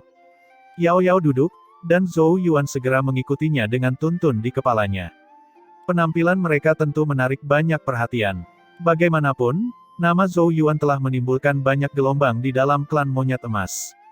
Tentu saja, semakin banyak orang yang penasaran dengan identitas Yao Yao. Bagaimanapun juga, jelas sekali bahwa pemimpin klan mereka sangat menghormati dan sopan kepada gadis yang luar biasa cantik itu. Begitu Yao Yao dan Zhou Yuan tiba, Jin Yang Huang mengarahkan pandangannya ke arah penonton dan aula menjadi sunyi. Ekspresi Jin Yang Huang agak suram ketika dia berkata, aku mengumpulkan semua orang di sini karena sesuatu yang besar telah terjadi. Hati semua orang membeku sesaat. Apa yang telah terjadi? Bahkan Jin Yang Huang mengatakan ini adalah peristiwa besar. Beberapa saint di surga Wanshu kami memperhatikan undulasi spasial yang aneh, dan setelah penyelidikan, kami menemukan bahwa ras suci telah menemukan lokasi utopia roh naga. Ketika Jin Yang Huang berbicara, seolah-olah dia melemparkan bom ke semua orang dan membuat semua orang terperanjat. Kemudian, seluruh paviliun konferensi menjadi gempar. Utopia roh naga adalah lokasi harta karun yang unik di surga Wanshu. Domain tersebut melekat pada surga Wanshu dan para saint dari surga Wanshu telah menetapkan beberapa batasan untuk melindunginya. Tapi ras suci tiba-tiba mengunci lokasi utopia roh naga. Apa niat mereka? Pemimpin klan, utopia roh naga memiliki tanda surga Wanshu kita sehingga tidak ada ras asing selain klan binatang Genesis yang bisa masuk jika masuk dari surga lain, kata sesepuh Jin Jie dengan suara yang dalam. Jin Yang Huang mengangguk. Itu benar, jadi ras suci tidak mengirimkan anggota ras suci untuk memasuki utopia roh naga, tetapi klan binatang iblis. Aula yang dipenuhi keributan tiba-tiba menjadi sunyi, tetapi Zhou Yuan memperhatikan mata banyak orang menjadi sedikit merah dan niat membunuh yang kuat melonjak di dalam aula. Terlebih lagi, bukan hanya mereka. Bahkan Tuntun, yang sedang berbaring di atas kepala Zhou Yuan, sedang menggali kulit kepalanya dengan cakarnya. Apa yang salah? Zhou Yuan bertanya dengan bingung. Dia tidak mengerti mengapa mereka bereaksi sedemikian rupa terhadap apa yang disebut klan binatang jahat. Setelah Tuntun terdiam beberapa saat, secercah pemikiran menembus pikiran Zhou Yuan. Alis Zhou Yuan segera berkerut. Dikatakan bahwa ketika ras suci memulai perang yang mengakhiri dunia dan ingin memusnahkan semua ras lain di zaman kuno, ras binatang Genesis melawan dengan seluruh kekuatan mereka dan itu dianggap sebagai momen paling puncak dari ras binatang Genesis dalam sejarah. Mereka memberikan banyak tekanan pada ras suci yang menyerbu. Tapi pengkhianat muncul di dalam binatang iblis pada saat yang paling kritis. Beberapa binatang iblis mengkhianati ras mereka dan beralih ke ras suci. Itu melemahkan kekuatan ras binatang iblis. Selain itu, binatang iblis yang bergabung dengan ras suci juga membawa zombie banyak leluhur dari berbagai klan binatang. Pada akhirnya, Dewa suci dari ras suci menggunakan daging dan darah banyak binatang Genesis serta sisa-sisa leluhur binatang iblis untuk membersihkan binatang iblis yang bergabung dengan mereka. Alhasil, lahirlah klan baru. Itu adalah apa yang disebut klan binatang jahat yang dibicarakan oleh Jin Yang Huang. Klan baru, yang dibangun dari daging, darah, dan zombie ras binatang Genesis, memiliki karakteristik unik, mereka sangat lapar akan binatang buas Genesis dan ketika keduanya bertemu, tidak ada keraguan bahwa salah satu dari mereka akan mati. Klan binatang jahat yang diciptakan khusus oleh ras suci adalah untuk menargetkan ras binatang Genesis. Kedua belah pihak telah bentrok beberapa kali selama bertahun-tahun dan perseteruan di antara mereka terlalu dalam dan rumit untuk dijelaskan. Hanya ketika ras suci mundur kembali ke 5 surga mereka setelah perang yang berakhir di dunia, pembunuhan secara bertahap menjadi lebih jarang terjadi. Namun, kebencian mendalam yang dirasakan ras binatang Genesis terhadap mereka tercatat dalam catatan kunomor. Itu adalah kebencian terhadap para pengkhianat karena mengkhianati mereka dan menodai zombie leluhur mereka. Zhou Yuan terdiam beberapa saat. Tidak mengherankan kalau terjadi keributan seperti itu. Tapi ada sesuatu yang lebih dia khawatirkan. Dia menyadari ada semakin banyak pergerakan dari ras suci tahun ini. Zhou Yuan menoleh sedikit, melihat profil samping Yao Yao yang cantik. Dia entah bagaimana merasa sedikit tidak nyaman dengan perubahan tersebut, seolah-olah badai perlahan mulai terjadi. Dan saat badai meletus, saat mengamuk, kemungkinan besar badai tersebut akan membalikkan seluruh langit. Niat membunuh yang melonjak di dalam paviliun konferensi bertahan selama beberapa saat sebelum tetua Jin Jie bertanya, pemimpin klan, apa rencana ras suci? Mungkinkah mereka membuat otak mereka putus asa karena mereka mengincar peluang di utopia roh naga? Tetua agung itu memiliki mata yang tajam dan secara langsung mengidentifikasi motif ras suci. Peluang dalam utopia roh naga tidaklah kecil, dan bahkan ada benih domain hukum, yang dapat membantu menumbuhkan ahli domain hukum yang kuat. Namun sebenarnya, meskipun pakar domain hukum dianggap sebagai kekuatan utama ras suci, sangatlah naif jika berpikir pakar domain hukum dapat mengubah apapun. Jin Yang Huang menjawab beberapa saat sebelum dia menjawab, para saint dari surga Wanshu kita sedang menyelidiki apa yang direncanakan oleh ras suci tetapi belum ada hasil apapun. Mungkin ras suci hanya menggunakan utopia roh naga sebagai sesi pelatihan. Kelopak mata banyak orang bergerak-gerak. Pelatihan. Ras suci yang telah diam selama bertahun-tahun akhirnya mulai beraksi. Jin Yang Huang berkata, tidak masalah. Surga Wanshu harus menjaga utopia roh naga terlepas dari motif ras suci. Semua ras juga mengirimkan perintah, klan binatang jahat yang memasuki utopia roh naga harus dihancurkan. Niat membunuh yang intens menyebar di udara saat dia selesai berbicara, seolah-olah berubah menjadi lautan darah dan zombie, dan membuat semua orang sulit bernapas. Karena masalah ini, persyaratan untuk masuk ke wilayah Wanshu akan dilonggarkan dan jumlah tempat akan lebih banyak. Pada saat yang sama, berbagai ras akan mengirimkan lebih banyak pasukan elit untuk memberikan dukungan. Banyak bisikan pecah dan banyak orang memasang ekspresi terkejut. Lagi pula, menurut aturan masa lalu, mereka membutuhkan benda yang terkontaminasi esensi dan darah binatang suci alpha. Meskipun benda seperti itu ada di semua ras, namun sangat jarang. Oleh karena itu, jumlah tempat setiap kali terbatas. Namun karena persyaratannya dilonggarkan, banyak orang memiliki peluang lebih tinggi untuk berpartisipasi. Lebih banyak pasukan elit. Zhou Yuan fokus pada kalimat terakhir yang diucapkan Jin Yang Huang. Utopia roh naga memiliki batasan kekuatan dan hanya mereka yang berada di bawah tahap domain hukum yang bisa masuk. Mereka yang sudah terpilih untuk masuk berada di puncak tahap sumber sejati, seperti Jin Lan. Apakah ada orang yang lebih kuat dari Jin Lan di bawah tahap domain hukum? Tentu saja ada. Sebuah cahaya terang melintas di mata Zhou Yuan karena ada tingkat yang aneh antara tahap domain hukum dan tahap sumber sejati, dan tingkat itu disebut tahap domain hukum semu. Master Puncak Liu Lianyi dan Master Puncak Ling Jun dari Sekte Changsuan juga berada pada level itu saat itu. Dan di antara semua surga, siapapun yang telah melangkah ke tingkat itu dan memiliki domain hukum semu akan secara bertahap menjauh dari tahap sumber sejati. Oleh karena itu, ahli tahap sumber sejati dengan domain hukum semu juga disebut domain hukum kecil. Mereka tidak dipertimbangkan pada tahap sumber sejati, sama seperti mereka tidak akan masuk dalam daftar sumber sejati surga Hunyuan. Sementara pikiran mengalir di benak Zhou Yuan, Jin Yang Huang menjentikkan jarinya dan ruang di aula terkoyak. Kemudian, seorang pria parubaya keluar dari ruang yang robek. Wajah pria parubaya itu tanpa ekspresi. Dia kekar dan rambut emasnya berkilau di bawah cahaya seperti singa. Sikapnya yang mengesankan begitu menakutkan sehingga banyak orang merasa hati mereka tertekan. Banyak orang dari klan monyet emas berseru dengan penampilannya. Penatua Jin Qingtian, bukankah dia berkultivasi secara tertutup sepanjang tahun? Dia juga dipanggil keluar. Petik 2, petik 2. Zhou Yuan juga menatap pria parubaya itu dengan penuh perhatian, yang berdiri diam sambil mengeluarkan tekanan yang menindas. Tekanan itu bahkan membuatnya tegang tak terkendali. Terlebih lagi, dia merasakan gelombang energi yang berbahaya namun familiar dari tubuhnya. Jika spekulasi Zhou Yuan benar, pria itu seharusnya berada pada tahap domain hukum semu.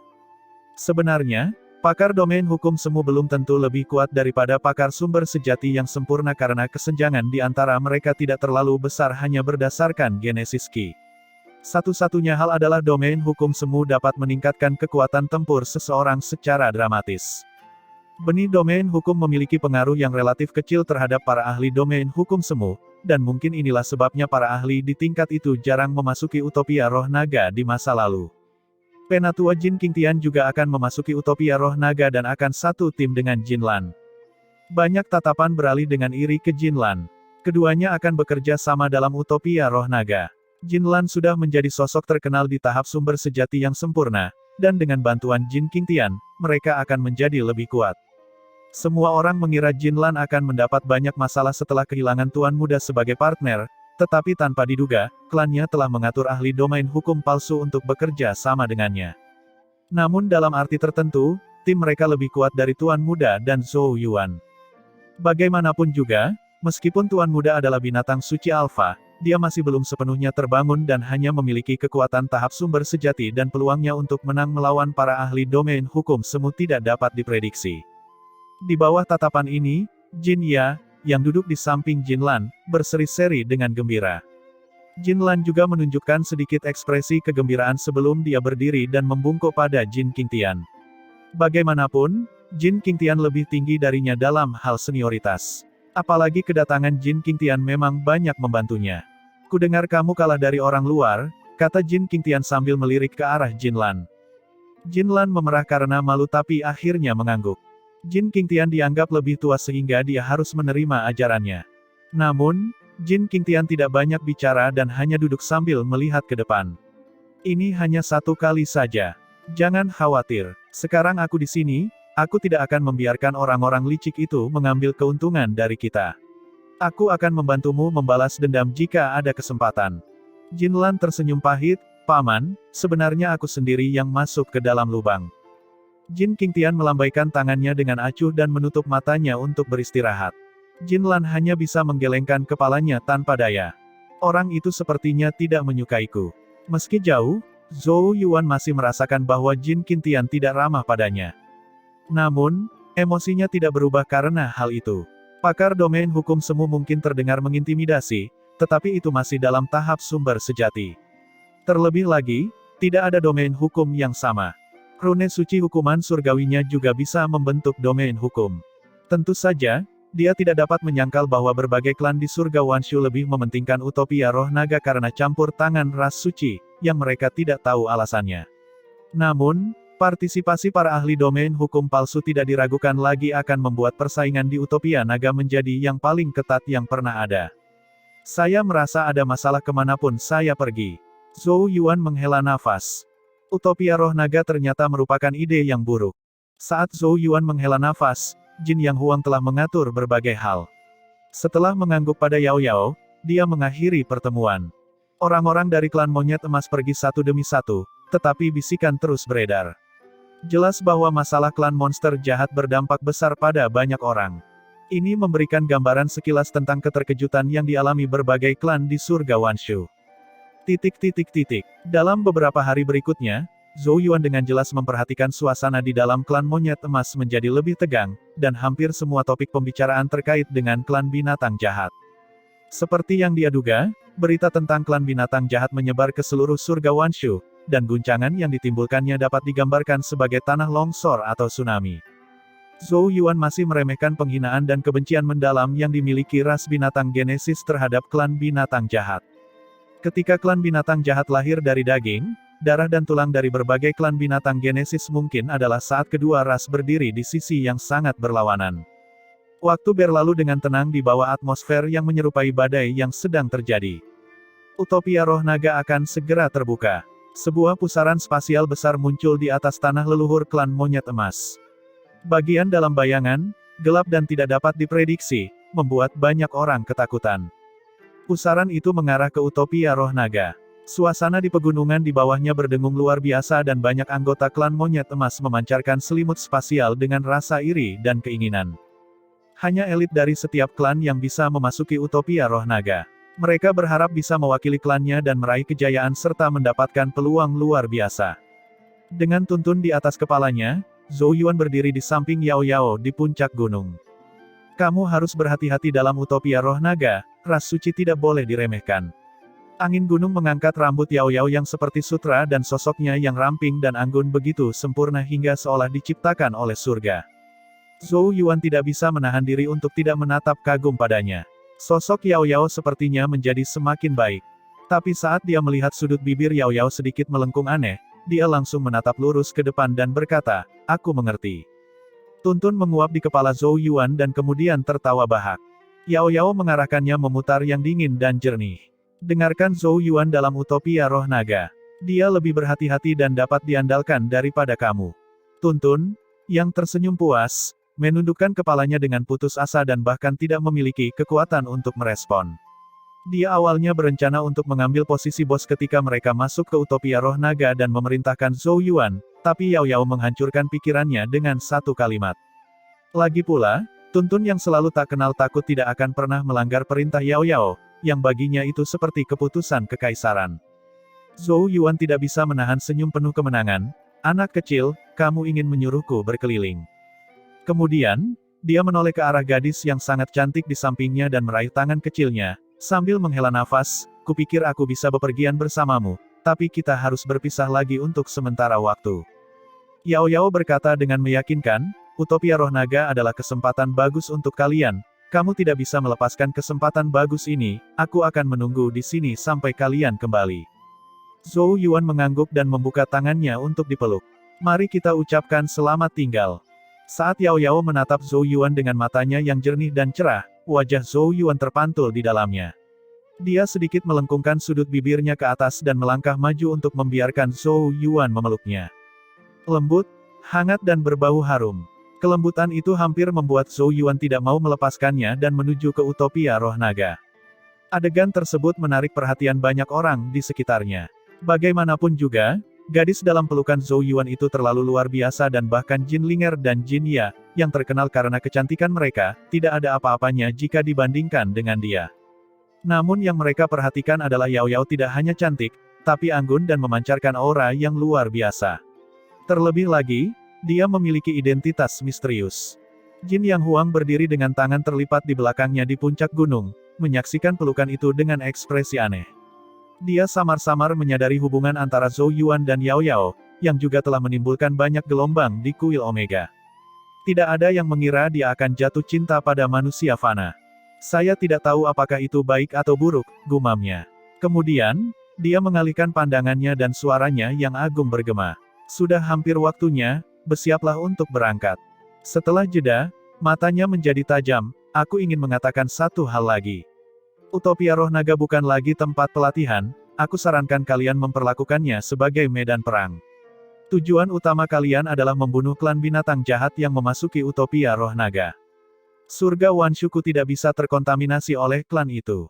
Niat membunuh yang mengerikan secara langsung menyebabkan angin bertiup kencang, awan bergerak cepat, dan suhu turun.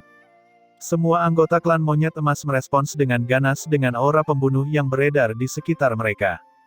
Niat membunuh yang mengerikan itu menarik Zhou Yuan keluar dari pelukan lembut dan hangat.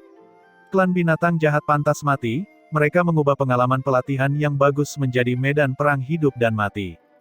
Zhou Yuan dapat meramalkan pembantaian bahkan sebelum memasuki utopia roh naga. Saat suara Jin Yang Huang memudar, aliran cahaya melesat ke langit dari pegunungan dan membentuk tim sebelum terjun ke pusaran spasial. Mereka masing-masing memegang benda aneh yang memancarkan aura kuno dan liar di tangan mereka, yang seharusnya merupakan intisari dan darah binatang suci. Ayo pergi. Zhou Yuan mengangguk pada Yao Yao sebelum dia terbang ke langit. Saat dia mendekati pusaran spasial, sisik kecil berwarna ungu emas tiba-tiba terlepas dari tuntun yang berada di kepala Zhou Yuan. Sisik yang diwarnai dengan sedikit darah dan esensi melesat ke pusaran. Kemudian, pusaran itu terbelah dan Zhou Yuan memanfaatkan kesempatan itu untuk menyelam. Yao Yao tidak beranjak dari tempatnya saat dia melihat keduanya menghilang. Pada saat tertentu, Jin Yang Huang muncul di sampingnya. Dia memberi hormat pada Yao Yao dan berkata sambil tersenyum, "Yang mulia, ada pesan dari kuil Omega. Jika Anda punya waktu, Anda bisa mengunjungi kuil Omega." Yao Yao mengalihkan pandangannya dari pusaran, tapi tidak ada sedikit pun emosi di wajahnya yang menakjubkan. "Jika saya punya waktu, saya akan mempertimbangkannya." Nada suaranya acuh tak acuh. Jin Yang Huang tidak tampak marah dan hanya mengangguk sambil tersenyum. "Yang mulia harus melakukan apa yang Anda suka. Mengapa ras suci menargetkan utopia roh naga?" Yao Yao tiba-tiba bertanya. Ekspresi Jin Yang Huang menegang dan dia menggelengkan kepalanya. Sulit untuk mengetahuinya karena ini adalah pertama kalinya ras suci mengincar utopia roh naga. Namun aku mendengar dari kuil Omega bahwa para Saint dari ras suci telah muncul di tengah kekacauan dan para Saint dari kuil melawan mereka. Yao Yao terdiam beberapa saat, sebelum dia berkata, "Ada semakin banyak pergerakan dari ras suci akhir-akhir ini." Dia mengangkat wajahnya yang menakjubkan seolah matanya bisa menembus kekosongan yang tak terhitung jumlahnya. Setelah beberapa lama, dia berkata dengan acuh tak acuh, "Tolong perhatikan gerakan mereka. Orang dari ras suci itu mungkin akan segera bangun." Hati Jin Yang Huang bergetar. Bahkan seseorang dengan identitas dan ketenangannya tidak dapat menghentikan perubahan ekspresinya. Ini karena dia tahu siapa yang dibicarakan Yao Yao. Keberadaan itu seperti sabit yang tergantung di kepala semua ras. Hanya ada kedamaian dalam ribuan tahun terakhir karena kehendak naga leluhur telah melukai orang itu dengan parah di zaman kuno tapi orang itu pada akhirnya akan muncul kembali.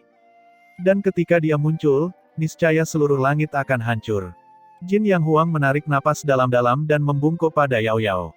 "Terima kasih banyak. Saya akan melaporkan masalah ini ke kuil Omega." Yao Yao melambaikan tangannya dan tidak lagi memperhatikan Saint dari klan monyet emas.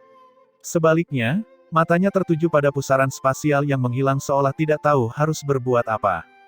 Dia merasa tertekan. Utopia Roh Naga, dunia yang sunyi.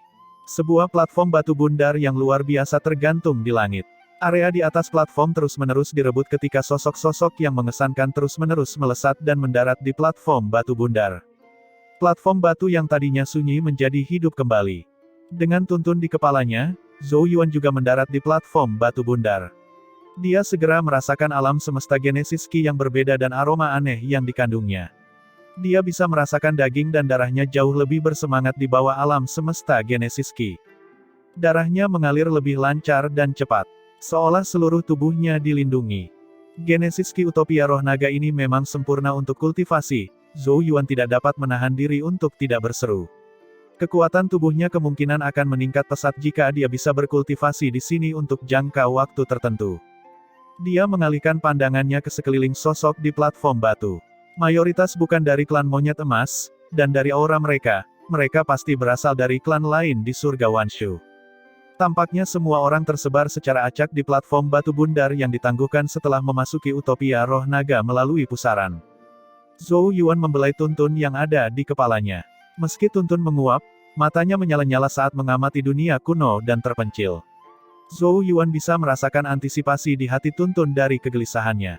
Gunung roh leluhur dalam Utopia Roh Naga akan muncul nanti. Kita bisa menunggu di sini atau mencari peluang lain, kata Zhou Yuan. Tuntun menamparkan kepala Zhou Yuan. Tentu kita perlu menelusurinya. Ada banyak peluang yang bisa ditemukan. Zhou Yuan menyeringai. Dia tentu saja memiliki pemikiran yang sama. Selain gunung roh leluhur, dia juga sangat tertarik dengan buah roh leluhur, spesialisasi dari Utopia Roh Naga, karena dia tidak membuat banyak kemajuan dalam pengembangan rohnya selama bertahun-tahun, yang menurutnya disebabkan oleh kurangnya kesempatan. Mungkin buah roh leluhur bisa membantunya dalam bidang itu. Memikirkan hal ini, Zhou Yuan ingin langsung melompat dari platform batu. Namun, saat dia bergerak, gelombang Genesis Ki yang kuat dan mengamuk meletus dari platform, dan kemudian langsung mengunci Zhou Yuan. Perubahan mendadak itu sedikit mengejutkan Zhou Yuan. Kemudian, dia menoleh tanpa ekspresi ke tempat asal Genesis Ki. Gerakan Genesis Ki tidak hanya menarik perhatian Zhou Yuan, tetapi para ahli dari klan lain di platform batu juga memberikan pandangan terkejut. Di arah itu berdiri sosok yang luar biasa tinggi dan cantik. Itu adalah seorang wanita yang mengenakan jubah tempur hitam dan emas yang pas di sekitar tubuh montoknya dan menonjolkan lekuk tubuhnya yang indah, seksi dan kuat serta kaki yang panjang dan lurus. Wanita cantik itu memiliki rambut pendek berwarna perak yang terlihat rapi namun membuatnya tampak mencolok dan garang. Dia memiliki wajah yang cantik namun menyendiri, terutama matanya yang panjang dan sipit. Saat dia mengangkat alisnya, ada udara ganas di sekelilingnya. Ekspresi semua ahli tahap sumber sejati lainnya di platform batu bundar berubah ketika mereka melihat wanita itu. Segera, terjadi keributan kecil di antara kerumunan. Itu Jiang Hongying dari klan naga mistik. Itu adalah naga betina yang buas dan tidak masuk akal. Orang yang dia targetkan sangat familiar. Aku ingat, dia adalah Zhou Yuan dari surga Hunyuan. Dia masuk dari klan monyet emas. Dia adalah bagian dari ras manusia di surga Hunyuan. Mengapa dia datang ke Utopia Roh Naga surga Wanshu kita? Apakah kamu melihat siapa yang ada di kepalanya? Itu adalah tuan muda dari klan monyet emas, binatang suci alfa, dan Zhou Yuan adalah rekan yang dia undang. Tapi apa yang ingin dilakukan Jiang Hongying? Aku mendengar sesuatu. Apakah kalian kenal Jiang Jinlin? Orang yang meninggal di surga Guyuan. Dia adalah adik laki-laki Jiang Hongying. Apa hubungannya dengan Zhou Yuan? Ras sucilah yang membunuh Jiang Jinlin. Betapa tidak masuk akalnya Jiang Hongying. Saya tidak tahu berapa banyak orang yang mencoba berunding dengannya telah tercabik-cabik. Zhou Yuan benar-benar tidak beruntung. Petik 2, petik 2. Banyak bisikan pecah dan jatuh ke telinga Zhou Yuan. Dia memandang dengan acuh tak acuh pada wanita berambut perak itu dan melihat sosok kurus berjubah hitam di belakangnya, yang juga memancarkan aura berbahaya. Pada saat yang sama, banyak ahli klan naga mistik, yang juga memiliki Genesis Ki yang kejam, mengikuti di belakang Jiang Hongying seolah-olah hendak mengepung Zhou Yuan. Tuntun menepuk kepala Zhou Yuan dan secercah pikiran memasuki benaknya, kamu dalam masalah. Wanita di depan lebih kuat dari Jinlan. Mata Zhou Yuan menjadi dingin. Jiang Hongying berhenti beberapa meter dari Zhou Yuan di bawah tatapan yang tak terhitung jumlahnya.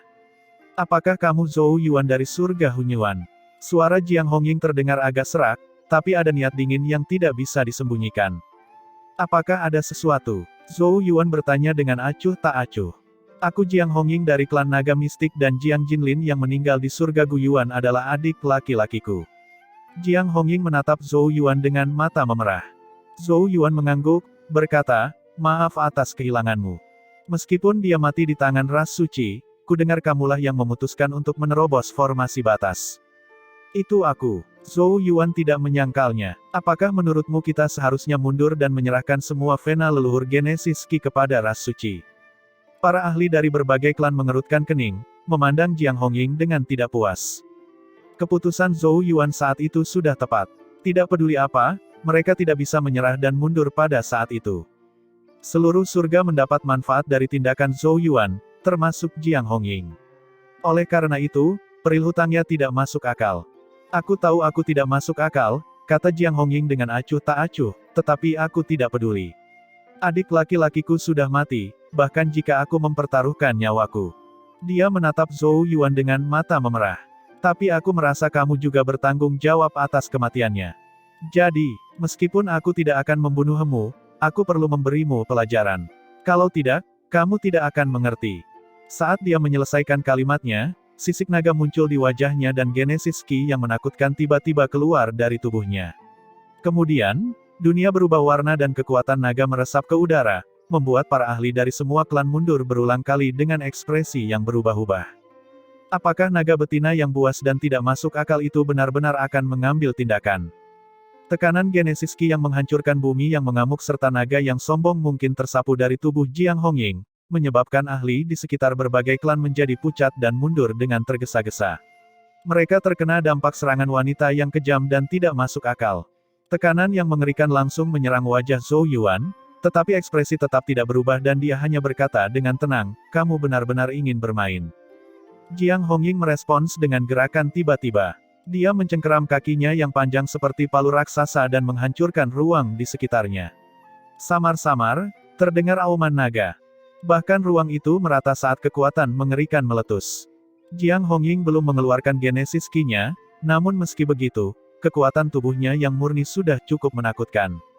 Saat Zhou Yuan mengangkat satu lengannya bersinar dengan cahaya kaca suci. Kemudian, dia tanpa ekspresi melontarkan pukulan, cahaya kaca sucinya diaktifkan dan kekuatan meletus darinya seperti gunung berapi, mengalir ke seluruh tubuhnya seperti lava. Tendangan dan pukulannya bertabrakan. Tabrakan tersebut, seperti ledakan guntur, menyebabkan telinga banyak ahli berdenging kesakitan. Gelombang Ki yang mengamuk meluas di seluruh wilayah. Lengan Zhou Yuan bergetar, lalu kekuatan yang cukup kuat untuk menghancurkan gunung menghantam kaki panjang Jiang Hongying. Kakinya membentuk setengah lingkaran di udara sebelum dia meletakkan kakinya kembali ke tanah, menyebabkan seluruh platform batu bergetar hebat. Menarik, kamu baru berada pada tahap-tahap sumber sejati tingkat lanjut namun kamu memiliki kekuatan seperti itu, kata Jiang Hongying dengan dingin. Zhou Yuan menatapnya dengan acuh tak acuh. Jiang Jinlin tewas dalam pertempuran di surga Guyuan. Meskipun aku tidak dianggap berteman dengannya, aku tetap menghormatinya. Sangat disayangkan dia memiliki kakak perempuan yang idiot. Niat membunuh melonjak ke mata sipit dan panjang Jiang Hongying. Apa katamu? Beberapa ahli klan naga mistik di belakang Jiang Hongying juga menatap Zhou Yuan dengan tatapan bermusuhan. Pada saat itulah beberapa sosok berdiri di belakang Zhou Yuan. Jiang Hongying, kamu terlalu tidak masuk akal. Zhou Yuan melirik ke belakang dan melihat seorang pria parubaya berambut emas dengan janggut panjang. Dia berasal dari klan monyet emas. Zhou Yuan ingat dia dipanggil Jin Zong. Jin Linger telah membawa Jin Zong untuk bertemu Zhou Yuan sebelumnya ketika dia berada di klan monyet emas sehingga mereka cukup akrab. Zhou Yuan sedikit terkejut bahwa dia akan membela dia pada saat seperti itu. Klan monyet emasmu ingin melindunginya. Jiang Hongying mengamati Jin Zong dan yang lainnya dengan tatapan tajam seperti pisau, lalu sedikit kilatan muncul di matanya. Bahkan Jin Lan tidak berani mengatakan apapun kepada kami. Kamu pikir kamu siapa? Zhou Yuan adalah tamu terhormat klan monyet emas kami, Tuan Muda juga ada di sini, kami tidak dapat mentolerirmu bertindak begitu sombong dan tidak masuk akal. Jin Zong berkata dengan dingin. Jiang Hongying mengalihkan pandangannya ke tuntun yang sedang menguap di kepala Zhou Yuan. Yang mulia, Anda juga anggota ras binatang Genesis, mengapa Anda berpihak pada orang luar? Tuntun melirik Jiang Hongying, mengeluarkan lempengan batu dan menulis, apa hubungannya denganmu? Mata Jiang Hongying tiba-tiba berkilat marah. Meskipun Tuntun adalah binatang suci alfa, dia tidak takut padanya karena klan naga mistiknya adalah klan binatang suci.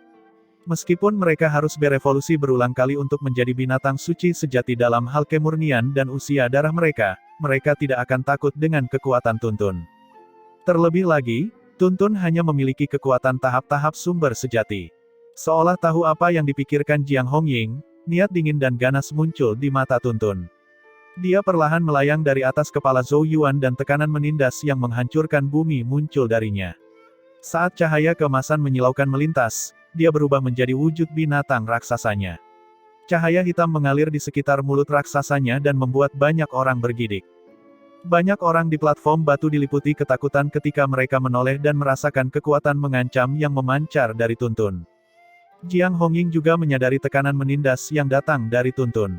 Ekspresinya membeku dan dia tidak bisa menghentikan tubuhnya yang ramping dan panjang untuk menjadi tegang. Sosok berpakaian hitam di belakang Jiang Hongying maju selangkah. Di balik jubah hitam itu ada wajah pria biasa yang selalu tersenyum. Saat dia tersenyum, matanya juga tersenyum. Namun ekspresi banyak ahli sumber sejati berubah ketika mereka melihat pria berpenampilan biasa itu. Itu Jiang Ba. Orang itu juga datang. Dia adalah salah satu tokoh paling terkenal di surga Wanshu saat itu. Tapi dia tidak terlihat lagi dalam 100 tahun terakhir karena dia telah berkultivasi secara tertutup untuk memahami domain hukum. Aku tidak mengira klan naga mistik juga akan mengirimnya ke sini. Saya dengar dia sudah lama mencapai domain hukum semu. Petik 2, petik 2. Di tengah bisikan-bisikan itu, pria bernama Jiang Ba mendongak dan berkata kepada Tuntun, Yang mulia, meskipun Anda mungkin memiliki potensi yang jauh lebih besar daripada saya, itu adalah masa depan. Namun saat ini, kita berada pada level yang sama. Yang ia maksudkan adalah tekanan opresif yang dilancarkan Tuntun tidak bisa menghalanginya. Warna kulit Jin Zong sedikit berubah saat matanya menatap Jiang Ba dengan ketakutan. Pada saat yang sama, ekspresinya berubah dingin dan suram, dan butiran keringat berkumpul di dahi beberapa ahli klan monyet emas. Reputasi Jiang Ba dan Jiang Hongying di surga Wanshu lebih unggul dari mereka semua. Jika pertarungan benar-benar terjadi di antara mereka, kemungkinan besar mereka tidak akan mendapat manfaat apapun darinya.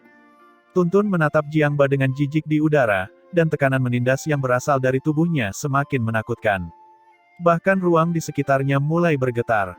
Itu pertanda dia akan bergerak. Jiang Hongying menatap Zhou Yuan dengan tatapan galak dan berkata kepada Jiang Ba, hentikan tuan muda dan saya akan melihat seberapa kuat Zhou Yuan. Jiang Ba tersenyum. Aku bisa memberimu waktu sekitar 1 jam. Cukup, kata Jiang Hongying dengan arogan. Meskipun Zhou Yuan memiliki sedikit ketenaran di seluruh surga, dia baru berada di tahap sumber sejati selama sekitar setengah tahun. Meskipun dia tahu bahwa Zhou Yuan memiliki kekuatan luar biasa dari pertukaran mereka sebelumnya, dia masih memiliki keyakinan mutlak pada dirinya sendiri. Jika Zhou Yuan ingin menonjol di tahap sumber sejati, kemungkinan besar dia akan membutuhkan waktu terlebih dahulu. Setidaknya, dia tidak memiliki kualifikasi untuk melakukannya saat ini. Saat Jiang Hongying mengepalkan tangannya, tombak yang ditutupi sisik naga muncul di genggamannya dan sikapnya yang mengesankan melonjak secara dramatis. Kemudian, dengan tatapan yang menyala-nyala dan provokatif, dia menatap Zhou Yuan. Jika kamu mengalahkanku, aku akan melepaskan masalah Jiang Jinlin. Zhou Yuan berkata dengan acuh tak acuh, pertama-tama, aku harus memberitahu kamu bahwa saya sangat menyesal atas kematian Jiang Jinlin, tetapi aku tidak akan bertanggung jawab atas hal itu. Namun itu tidak berarti saya menolak tawaranmu. Dia tersenyum, memperlihatkan gigi putihnya. Karena menurutku kamu perlu dipukul. Banyak ahli dari berbagai klan tampak terkejut pada Zhou Yuan karena mereka tidak berpikir dia akan berbicara terus terang. Bagaimanapun, Jiang Hongying dikenal karena sifatnya yang kasar. Aneh jika dia tidak meledak liar karena kata-kata Zhou Yuan. Seperti yang diharapkan, wajah Jiang Hongying menjadi sangat dingin dan dia mengunci mata sipitnya pada Zhou Yuan, niat membunuh yang menyesakkan memenuhi udara. Baiklah, aku harap kamu masih bisa berbicara ketika aku mematahkan mulutmu. Jiang Hongying tertawa dengan marah saat genesis Qi yang menakutkan muncul darinya. Tuntun juga mengeluarkan suara gemuruh yang memekakkan telinga saat kekuatan penindasnya menyelimuti dunia. Jubah Jiang Ba berkibar di sekelilingnya, dan pupil matanya berangsur-angsur berubah menjadi emas. Ia melayang ke angkasa, siap menghadapi Tuntun yang sedang murka. Namun saat kedua belah pihak hendak melancarkan serangan, suara keras tiba-tiba bergema di seluruh dunia. Itu seperti suara gempa bumi yang membelah tanah. Semua orang berhenti sejenak sebelum mereka secara bersamaan menoleh ke sumber suara keras. Di sana, mereka melihat pegunungan di kejauhan terbelah dan sebatang pohon kuno raksasa perlahan menjulang, menutupi langit. Pohon itu memancarkan cahaya terang yang menyelimuti sisi dunia itu. Samar-samar, mereka seperti melihat cahaya ilahi yang tergantung di pohon kuno seperti sejenis buah misterius. Bahkan desiran angin di sekitar platform seakan terhenti sejenak. Bahkan Jiang Hongying dan Jiang Ba yang hendak melancarkan serangan menatap ke arah pohon kuno itu dengan mata menyipit. Keheningan berlangsung beberapa saat sebelum suara nyaring dan gembira terdengar dari platform batu. Itu, pohon roh leluhur dengan buah roh leluhur. Sebuah pohon kuno raksasa muncul di langit yang jauh dan Genesis Ki yang dibawanya ke dunia dapat dirasakan dengan jelas bahkan dari platform batu yang jaraknya puluhan ribu mil. Lingkaran cahaya yang mekar dari pohon kuno beriak secara misterius. Pemandangan aneh yang tiba-tiba itu benar-benar menghilangkan suasana tegang di platform batu bundar seolah-olah tidak pernah ada. Kemunculan pohon roh leluhur tidak diragukan lagi membuat mata semua orang berkobar karena kegembiraan yang pembohong. Pohon roh leluhur yang begitu besar pasti sudah menghasilkan buah dan buah-buahan yang tidak diragukan lagi sangat menarik bagi semua orang yang hadir. Ini karena klan binatang Genesis selalu lebih mementingkan pengembangan kekuatan fisik, kultivasi roh mereka lebih rendah atau bahkan dapat dianggap sebagai kelemahan mereka. Buah roh leluhur adalah harta yang sangat langka yang dapat memperkuat jiwa mereka. Jika mereka bisa diperbaiki, itu bisa menutupi banyak kelemahan mereka dan memberi mereka keunggulan dalam pertempuran. Di tengah memunculkan semangat yang tak terhitung jumlahnya, Jiang Ba adalah orang pertama yang tersadar dari kedamaiannya dan menenangkan Genesis Ki yang mengalir di sekujur tubuhnya. Dia segera muncul di samping Jiang Hongying dan mendesak, "Cepat, karena pohon roh leluhur telah muncul, pasti ada peluang." Jiang Hongying mengangguk lalu menatap Zhou Yuan tanpa mengatakan apapun lagi. Dia berubah menjadi aliran cahaya dan dengan cepat melaju ke arah pohon bersama Jiang Ba. Ini karena dia tahu bahwa pertempuran antara kedua belah pihak belum berakhir dan Zhou Yuan pasti tidak akan menyerah pada pohon roh leluhur, oleh karena itu, pertempuran sesungguhnya tidak dapat dihindari di antara mereka. Ini juga yang dia inginkan. Lagi pula, ketika dia menargetkan Zhou Yuan, itu karena dia ingin menyelesaikan beberapa masalah pribadi. Namun dengan kemunculan buah roh leluhur, jika Zhou Yuan masih ingin berkompetisi, dia akan dianggap bertarung melawan seluruh klan naga mistik. Beberapa ahli sumber sejati dari klan naga mistik segera mengikuti Jiang Hongying. Konfrontasi ini terkesan anti-klimaks. Saat mereka berangkat, para ahli lain yang hadir tidak tahan lagi menontonnya. Meskipun klan naga mistik sangat kuat dan memiliki banyak orang, peluang besar ada di depan mereka dan tidak ada yang mau menyerah begitu saja. Beberapa sosok melompat dari platform batu dan melesat melintasi langit. Platform yang ramai dengan cepat menjadi sepi dan menjadi sunyi. Zhou Yuan tidak memperhatikan Jiang Hongying dan yang lainnya karena pandangannya tertuju pada pohon kuno raksasa di kejauhan. Lingkaran cahaya samar yang muncul darinya membuat rohnya merespons dengan gelombang hasrat. Jin Zong dan pakar sumber sejati klan monyet emas lainnya menoleh ke arah Zhou Yuan dengan kegembiraan dan antisipasi di mata mereka, bertanya, "Tetua Zhou Yuan, Tuan Muda, apa yang akan kalian lakukan selanjutnya?" Semua ahli dari berbagai klan kemungkinan besar telah mendeteksi pergerakan luar biasa pohon roh leluhur, yang berarti pasti akan ada persaingan sengit ketika mereka bertemu. Jin Zong dan yang lainnya kuat, tetapi dibandingkan dengan pasukan klan naga mistik yang dipimpin oleh Jiang Ba dan Jiang Hongying, level mereka tidak sama. Jika Zhou Yuan dan Tuntun bersedia memimpin timnya, kekuatan timnya akan meningkat secara signifikan. Hanya saja Jin Zong dan yang lainnya tidak tahu apakah Zhou Yuan bersedia mencari buah roh leluhur karena dia benar-benar akan bentrok dengan ahli klan naga mistik yang kuat termasuk Jiang Hongying dan Jiang Ba. Pertarungan pada saat itu akan menjadi persaingan nyata untuk mendapatkan peluang yang tidak seperti sebelumnya. Tubuh besar Tuntun menyusut dan dia mendarat kembali di atas kepala Zhou Yuan. Zhou Yuan bertanya sambil tersenyum, "Bagaimana menurutmu?"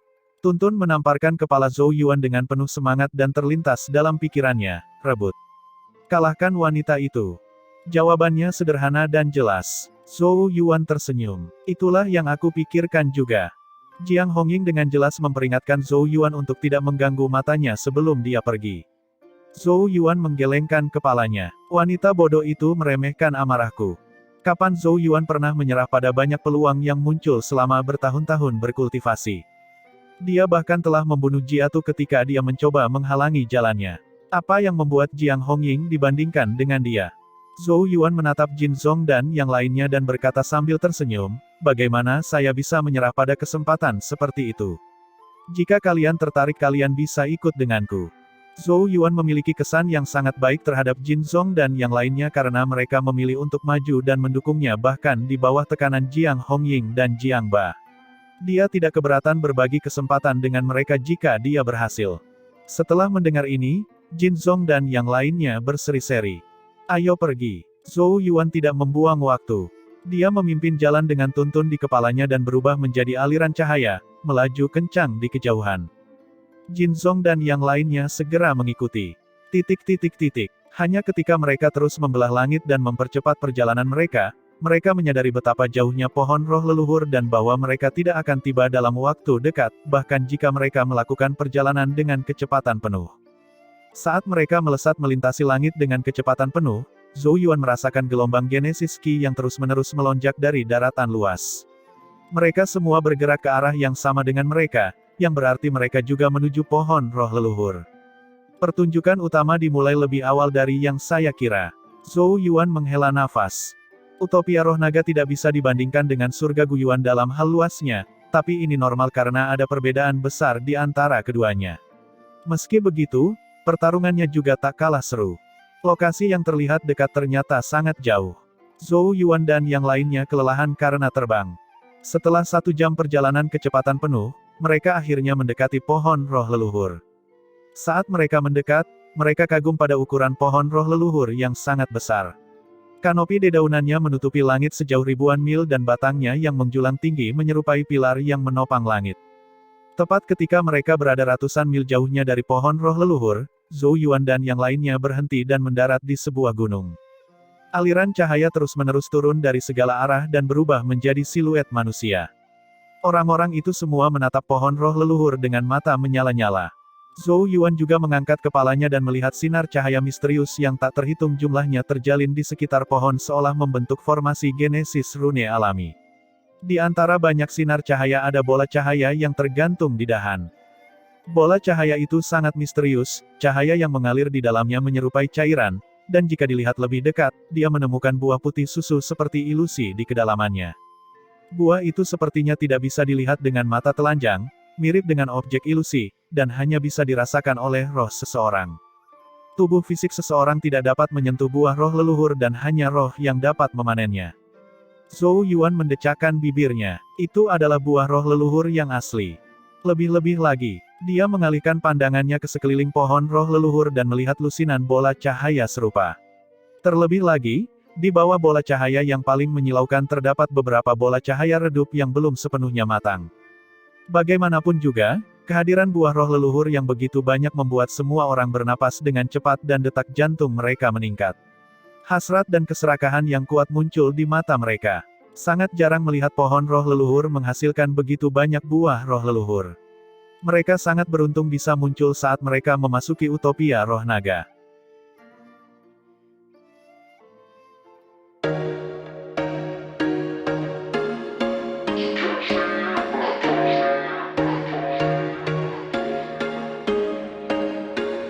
There was once a day that I would pray for you. I'd go and misbehave just so you'd notice too. Sneaking looks up and down from across the room. And damn, what a hell of a